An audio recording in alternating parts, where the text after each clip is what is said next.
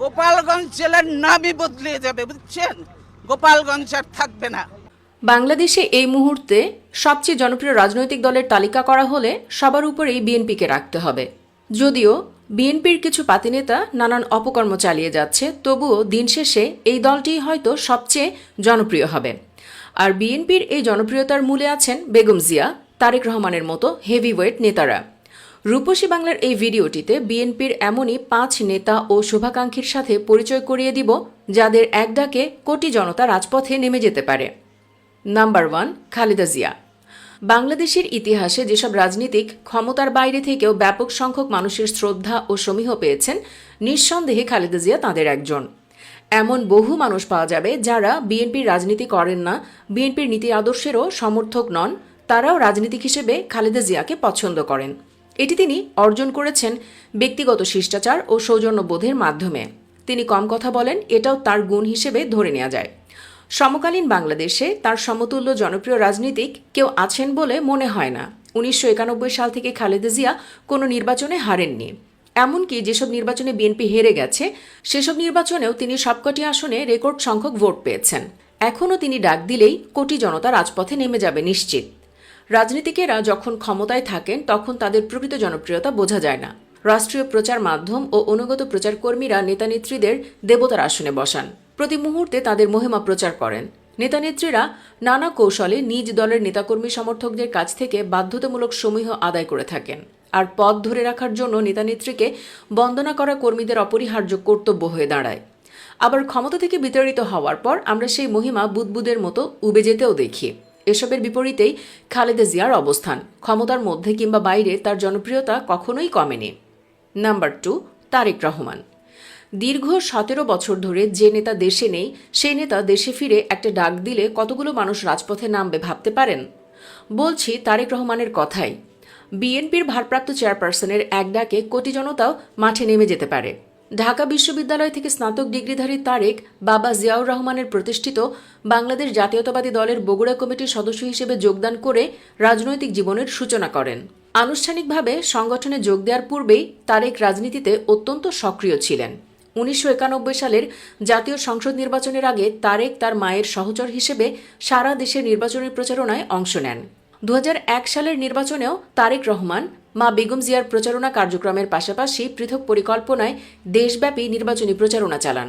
মূলত 2001 সালের নির্বাচনী প্রচারণায় তার অংশগ্রহণের মাধ্যমে রাজনীতির প্রথম সারিতে তারেক রহমানের সক্রিয় আগমন ঘটে। অতি দ্রুতই তিনি দেশে ফিরে আগামী নির্বাচনের জন্য কাজ শুরু করবেন। যদিও বিএনপির প্রতিষ্ঠাতা জিয়াউর রহমান ও 3 বারের প্রধানমন্ত্রী খালেদা জিয়ার সন্তান হয়েও এখনও এমপি হওয়া হয়ে ওঠেনি তারেক রহমানের। তবে সব ঠিক থাকলে আগামী নির্বাচনে কেবল এমপিই নন, প্রধানমন্ত্রীও বনে যেতে পারেন তিনি। কারণ খালেদা জিয়ার শারীরিক অবস্থা বিবেচনা করে তারেককে নেতা মেনে কাজ করতে শুরু করেছে বিএনপি।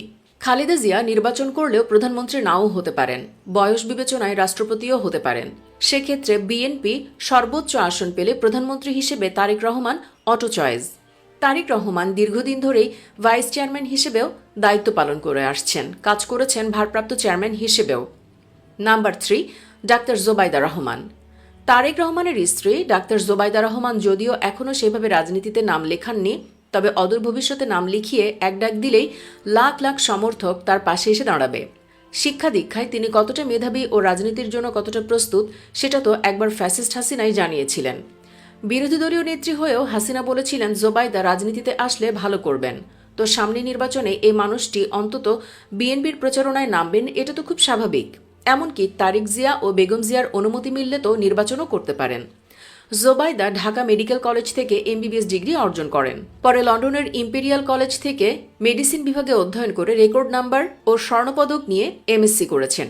তিনি চিকিৎসকদের সিভিল সার্ভিস পরীক্ষায় প্রথম হয়ে 1995 সালে চিকিৎসক হিসেবে প্রজাতন্ত্রের চাকুরিতে যোগ দেন।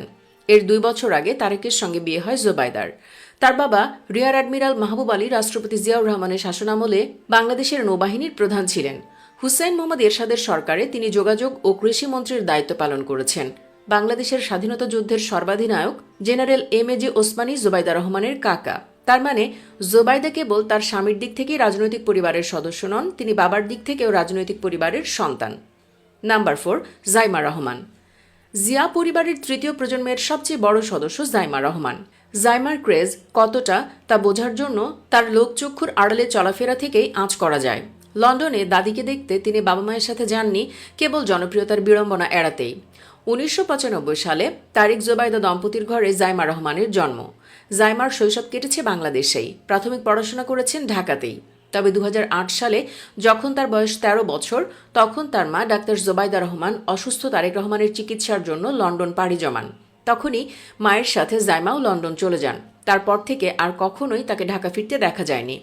সেই ছোটকালে তিনি লন্ডন পাড়ি দিয়েছেন। এখন দেশে ফিরে এক ডাক দিলে কোটি জনতা তার পাশে দাঁড়াবে। ধারণা করা হচ্ছে আগামী নির্বাচনের আগে তিনি ফিরতে পারেন। সরাসরি ভোটে লড়াইয়ে হয়তো নামবেন না, তবে নির্বাচনকে উৎসবমুখর করতে জিয়া পরিবার জাইমাকে প্রচারণায় নামাতে পারে। জাইমা অবশ্য শিক্ষা দীক্ষায় সাংসদ হবার মতো যোগ্যতা অর্জন করেই ফেলেছে। তিনি লন্ডনের কুইন ম্যারি বিশ্ববিদ্যালয় থেকে আইনে স্নাতক ডিগ্রি শেষ করেছেন কয়েক বছর আগেই। অর্থাৎ সেই ছোট্ট জাইমা অনেক বড় হয়ে হয়েছে ব্যারিস্টারও।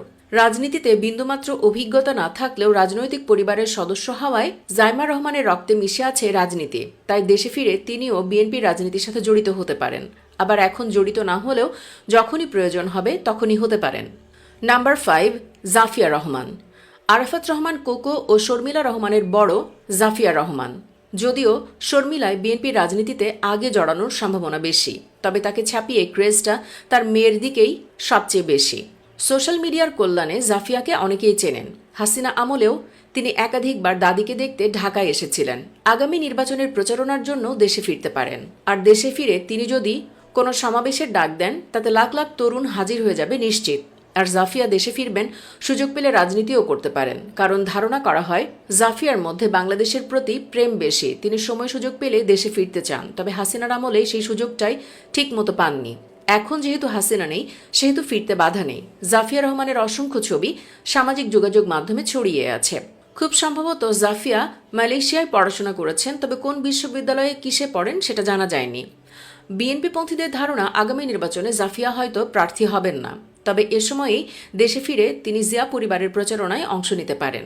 আর এর মাধ্যমেই তার রাজনীতির হাতেখড়ি হতেও পারে। এর আগে মাঝে একবার জোর গুঞ্জন রটেছিল হাসিনা থাকাকালীন সময়েই দেশে ফিরে বিএনপিকে সুসংগঠিত করার কাজ হাতে নেবে জাফিয়া। পরে সেটার আর কোনো সত্যতা মেলেনি। সুপ্রিয় দর্শক, ভিডিওটিতে জিয়া পরিবারের 5 জন সদস্যকে নিয়ে আলোচনা করা হলো। এর বাইরে কোকোর স্ত্রী শর্মিলা ও তাদের ছোট মেয়ে জাহিয়াও আছে। সকলের মধ্যে আপনার প্রিয় ব্যক্তি কে? কমেন্টে জানিয়ে দিন আপনার পছন্দের যে কোনো একজনের নাম। ভিডিওটি ভালো লাগলে লাইক দিন এবং শেয়ার করুন। চ্যানেলটি এখনও সাবস্ক্রাইব করে না থাকলে সাবস্ক্রাইব করুন। ধন্যবাদ সবাইকে।